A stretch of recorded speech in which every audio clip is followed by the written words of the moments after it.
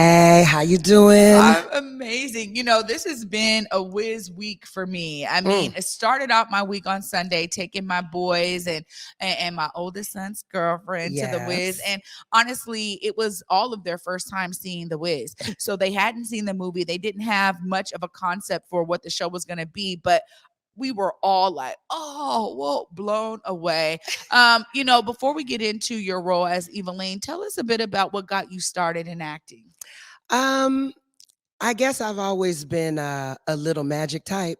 For those y'all born in the 70s and 80s in living color, you know what that is. That's right.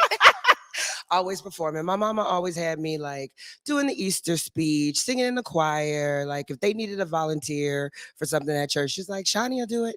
So that's kind of how it started. In middle school, though, I joined the Total Experience Gospel Choir. Yes, that's right, with the goddess queen, Reverend Patronelle Wright. That's right. And that kind of changed my life. She really taught me how to be an all-around performer, to be consistent, to be professional. I was in the choir probably from I was like 11 to 18 till I went away to college, and it really shaped and formed the artist I am today. I everywhere I go, every stage I go on, I take Pat with me. And as a lot of us know, she passed. She transitioned a few months back, and it's been really hard for all of us that were with her for all of those years, because literally what you see on that stage is because of her, Wow. because of what she fed into me and instilled into me. So that is a huge part of my journey. But I've always been in love with like storytelling and movies. My mom said I would go to the movies. She wouldn't have to go. I come home and tell her everything, act out every scene. just a little magic, you know. I love it.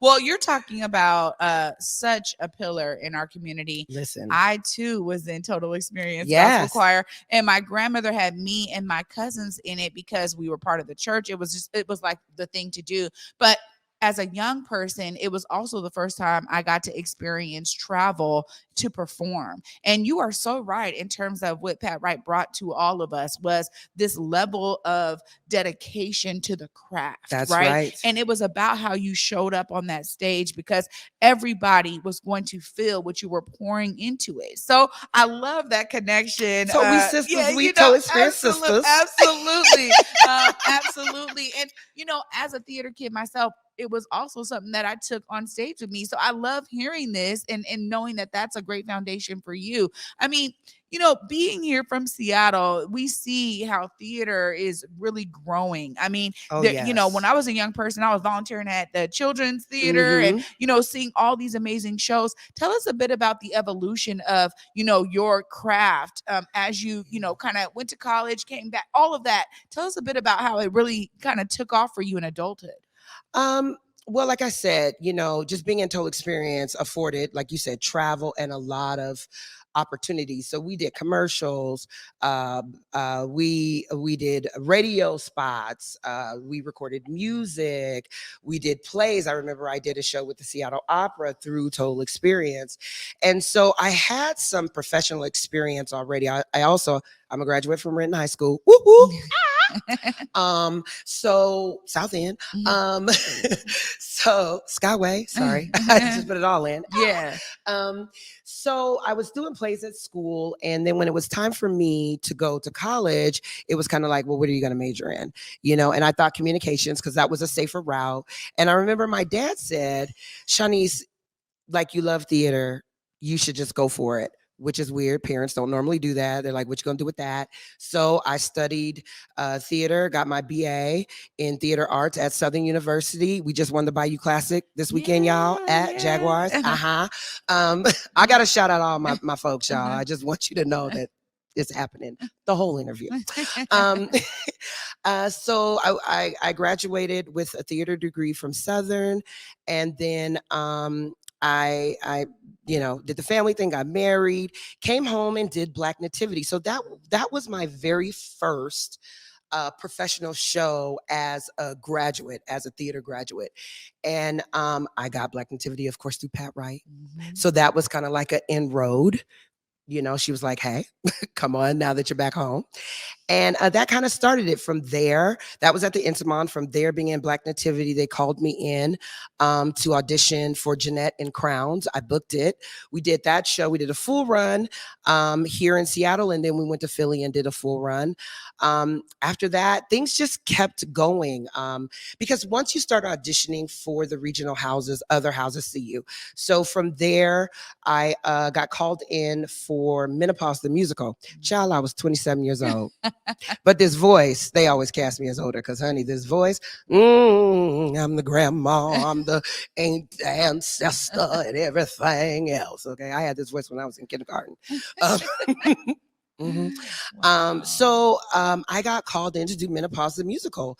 And what I didn't know, Trae, was that they were auditioning for the tour and for the sit down show at ACT. I thought they were just auditioning for ACT.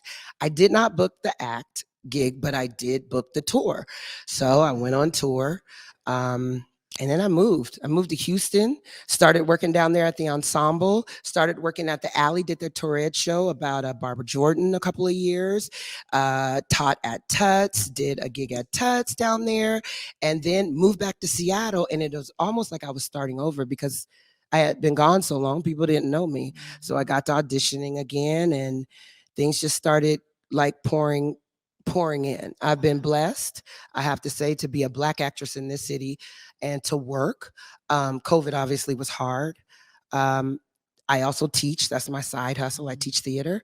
I love kids. I love introducing theater to young people. When you told me that you took your son's girlfriend to a show, and I took mine just in the past couple of past couple of months to her first show, I think it's important that we introduce and make available theater and accessible theater to our young people. Yeah. Because a lot of us, we don't look at it as a true form of entertainment. We'll go to the movies, we'll go to a concert, we'll do some other things, but we don't think, oh wait, theater, that's a great fun time. Or for a date night, that's great, that's fun, it's something different. And so introducing young people to theater is like my love. And I'm hoping all of the little kids, the little girls that look like me, are coming to see The Wiz. Yeah, this is why I'm so excited. And I get to call out Rachel, because Rachel is like my key to Fifth Avenue Theater. And I hit up Rachel. I said, Rachel, look, I know for media I will get 2 tickets, but I've got to bring my son and his girlfriend. She's like, nope, because I wanted us to all sit together. It's so important, like you said, for younger people to understand not just that, okay, The Wiz is obviously this amazing cast of beautiful Black folks, right? That's one. But another is that it is so telling of a real story and a depiction of our version of a classic story that then became an instant classic once The Wiz popped off in theaters all over the country, and then in movie theaters. I mean, everybody was like, oh my gosh, I connect to this story, right? And so tell us a bit about your connection, because I mean, I'm telling you, talking to Jared, I was like, the costumes and the wigs. I mean, I had just Miss Kelly because she had left, the wig designer for The Wiz, but this was such an intentionality of pulling together the team to make this story what it is, and it is purely magical. So just tell us a bit about your experience in this show. I have to say that the Wizard of Oz, and particularly The Wiz, because it is us, has always rang Sankofa vibes to me, meaning reach back or go back and get the knowledge, or go back into your heart to the base, to what you know. And when we think about Dorothy and her really not liking Kansas, not liking her little sleepy town with her Aunt Em and her uncle, and I just want to go, I don't want to be here, I just wish I could blah blah blah, and then being blown away from your safety net, away from your village. She learns along the way that, oh my gosh, everything, Aunt Em, my family, my village poured all of this stuff in me. So I'm going to take this stuff, even if she didn't know she was doing it, she was giving it to the Tin Man, to the Lion, to the Scarecrow, and say, hey, come with us. We're going on a journey. We're going to find our way back, Sankofa, back to where the love is, where the family is, where the security is, where the peace of mind is. I'm in this topsy-turvy world. Of course, there's lessons, but I'm uncomfortable. I'm speaking as Dorothy now. I'm uncomfortable. I'm being stretched, right? How do I get back to what I know? And I believe that is what this story is. That's what it says to me. I am all about looking back, reaching back, getting something from my mom, my grandma, my ancestors, from the land that I don't know, but the roots are there, so I feel it. So that Sankofa message to me is just so huge. And then Seattle, you know, this is a very special production, and it hasn't really gotten the smoke that I wanted to give, so I'm going to put it right now. Converge. This is all Black cast, first time on this stage. And if I am correct, and we can correct me because I'm not going to say it's a fact, but I believe I'm right. I believe our music director, Mrs. Sandra Renee, is our very first Black music director to music direct a musical in that playhouse, or a self-produced musical in that playhouse, a Fifth Avenue produced musical in that playhouse, and stick conduct in that pit. Wow. I got emotional the first time I saw her there. That means a lot to us in Seattle, because when we're singing our music and we don't have a music director that has lived with that, and so there's a lot of stuff that's charted on the sheet, and so it's like, okay, we're supposed to do what's charted on the sheet, and I use this example all the time. There's runs or riffs charted on the sheet. Well, runs or riffs are so personal to the person. It depends on breath control. It depends on what they ate that day. It depends on how much they feel in what they sing. And they never do it the same way every time. And so when I see it charted on music, I'm like, I tell the music director right away, so I can't do that run because that's not mine. I'll figure out something to feel it there and make it mine.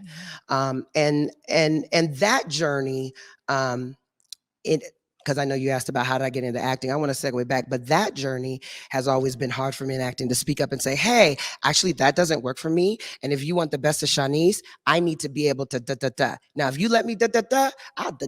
Yeah. If you expect me to do what they did, it's gonna be okay. Yeah. It's gonna be good enough. Yeah. But is that the bar? Right. Right. So so it just like, it's monumental to see Lady Sandra Renee in that pit, and to have an all Black cast on that stage.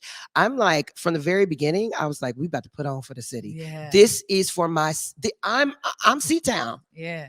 I'm town business. We about to put on for the city. You know what? And I feel it. I'm gonna tell you like this. Like, I was so. This is why I'm so grateful this week that I got to have Jared on and you, because I'm like, this is a whiz week for me. Like, I've been on a whiz high since I saw the show, and it's so funny because I remember talking to Rachel and being like, "Oh my gosh, we're doing the whiz," and I was like, you're doing what? You know, right? So then automatically my brain goes to, well, how are they going to do the whiz? What is it going to look like? And so then, you know, Aviona, shout out to Aviona. She put me on with the Afrofuturism panel where I met Jared and Kelly, and we were talking about it in a whiz context, right? Because Afrofuturism, I think, you know, the whiz, the movie in particular, kind of really showcased that for a lot of Black audiences globally, right? Yes. And so in my mind, I'm like, how are they going to do this? So then I met Jared and I met Kelly, and I'm like, oh, honey, they are not just doing it, they doing it, right? The research, the detail, like you see the South African, there's an overlay, I believe it's South African, it's an overlay that the Winkies wear in my scene. There's African fabric, Ankara here, there. I mean, like, Jared really reached back to find like what is us, what is ours, and we're going to incorporate that. It's a part of this, it's a part of our journey. And you know, like, me and Jared, we've become friends. Suge, my friend now, okay? Yeah. So speaking to Suge, he always talks about how Kelly like really understood his vision. And I tell you, the headpiece that I wear, I don't know, you were there Sunday.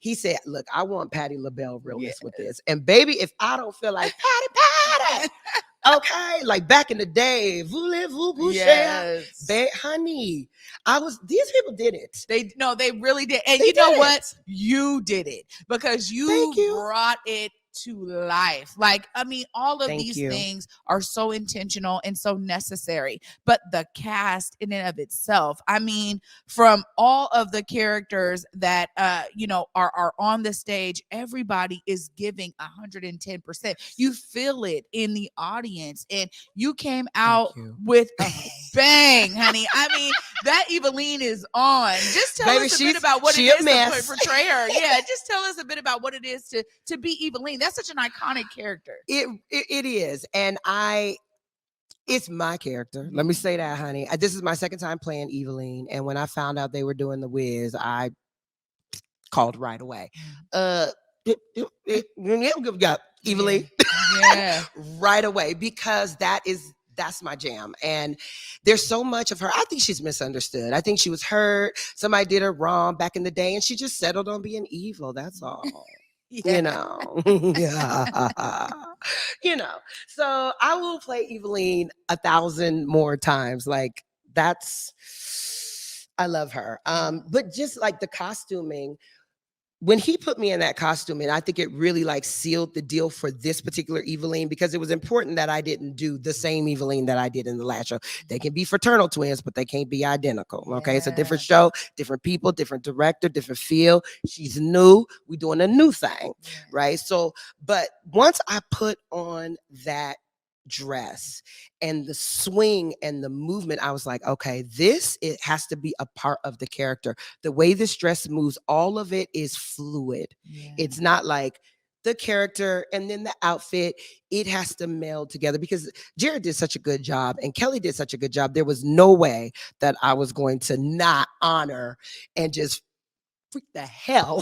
Yes. Sorry, can I say that? Yeah, yes, you Hey, can. the double hockey stick.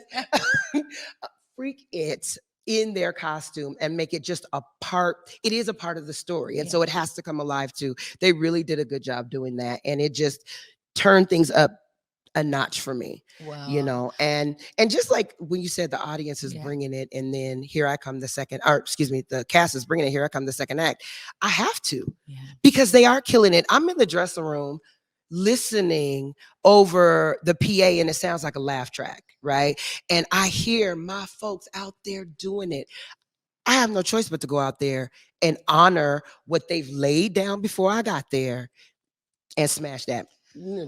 Well, you do. And you know what? This is, for me, this is one of the things that I really, really appreciate, love, and miss about theater is the relationships you build with cast members. I mean, because every show that I was a part of, we walked away from the final show being like, we've just built built a whole family, an extension of my family with all these folks. Tell us a bit about that, because I know that we're talking about the intentionality of putting this show together with the music director, with the costume designer, the wig designer, all of the people in the cast. Tell us a bit about that, because I know that's got to be something that you're carrying with you as well. Yes. I mean, like I said, it's very special because it's an all Black cast, Black director as well.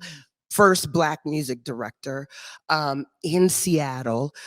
So it is the first couple of days of rehearsal, like me watching, I was getting emotional, teary-eyed, you know, because I know what this means to the Black actors, to the local Black actors here. And I'm hoping it'll mean the same thing to Black Seattle as well. But just having all of that camaraderie coming together, like I've been in all Black cast before here because I do straight plays too. You normally see that in a straight play. Rarely in a musical in this city do you see an all Black cast. Sometimes, but rarely. The closest thing I could say musical wise with the all Black cast is when I did Nina Simone for Women at the Seattle Rep. Yeah. And that was a play, but that's considered a play with music. Crowns is considered a play with music. That, you know, so a full-fledged musical like this is amazing. And we have kind of been waiting for it. The Black actors here have been waiting for it. We're so happy that we get this opportunity to honor, number one, the legacy of all the Black actors that came before us, right? The ones that were here in Seattle, putting in the work, not getting a chance to play the big roles, not being able to be a principal, or always being cast as the maid or whatever, or the butler.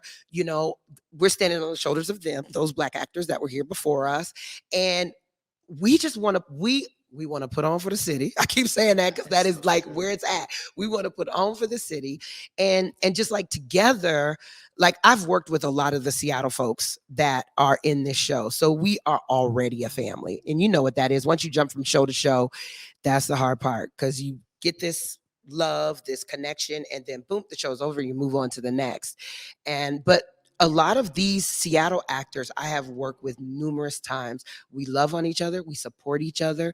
We help each other out whenever we can. I love and support them. They call me auntie or mama. And I love and support everything that they do. I try to go see them when they're in other shows and vice versa. We're a pretty tight community here within the Black actors. I want us to be even tighter as more come into the fold. But it's just been a beautiful thing to share that with my folks. Yeah. I just love you saying that, because I'm telling you, I was just saying this when I was interviewing the director of Amen Corner, and I was like, I need to get back into acting. That. Like Amen Corner was so good. It was shout so out good. Amen Corner was the bomb. Let me put it out there. But, that's another one of my favorite shows. Yeah. See, so for me, I was like, oh man, I got to get back into it. Like for me, I did end up doing production, but I love connecting with my theater folks. So Shaunyce, I just thank you so much for being with me today, for bringing your brilliance to the Black Media Matters studios, and contributing, to the brilliance of Black legacy here throughout Washington State. You are doing it, and I see you. I'm inspired by you. Thank you so much for what you're doing and bringing. If folks want to connect with you on Instagram or whatever, please let them know right there how they connect with you. Let's see. I'm on a couple of the socials. So on Instagram, it is at Shaunyce, just my name, the way you spell it, SHAUNYCE. And on Facebook, it is my name, Shaunyce Omar, SHAUNYCEOMAR. Come hit me up, shout me out in the inbox, say, hey, I saw you on Converge. I'm coming to see the show. We have discount codes. I don't know if y'all know about that, but hit me up about the discount codes, and just other ways that you can see the show for a discount, team ticks, all kind of things. But yeah, find me and say hi. And if I see you out on the street, say hi, because I am a people person. So I say hi too. What else? Oh, one more thing I want to say. You said something in your earlier segment that your birthday is December 27th. Yeah. Okay, Capricorn. Yeah. Mine is January 10th. Right. I was like, that's why she flies. That's it right there. Capricorn. Yay, Capricorn. I'm definitely going to be taking that one. I've never heard I made it. a shirt that said that. So now, because I see you're a shirt person, so we got to get you a shirt that says Capricorn, honey. Because it's coming up. Our season's coming up. That's right. We are the Alpha, the Omega, the beginning, and the end. There was nobody before us. Nobody comes after us. We tied up. I love it. I told y'all today was going to be a wonderful Wednesday. Shaunyce, you just took us over the top. Thank you so much for being with me. Thank you for having me. I appreciate being here. Absolutely. Thank you. We got to do this again. We will. Now maybe at the happy hour though. There we go. Bounce around the city. There we go. I'm with it. Oh my gosh, you guys. Clearly, when I tell y'all.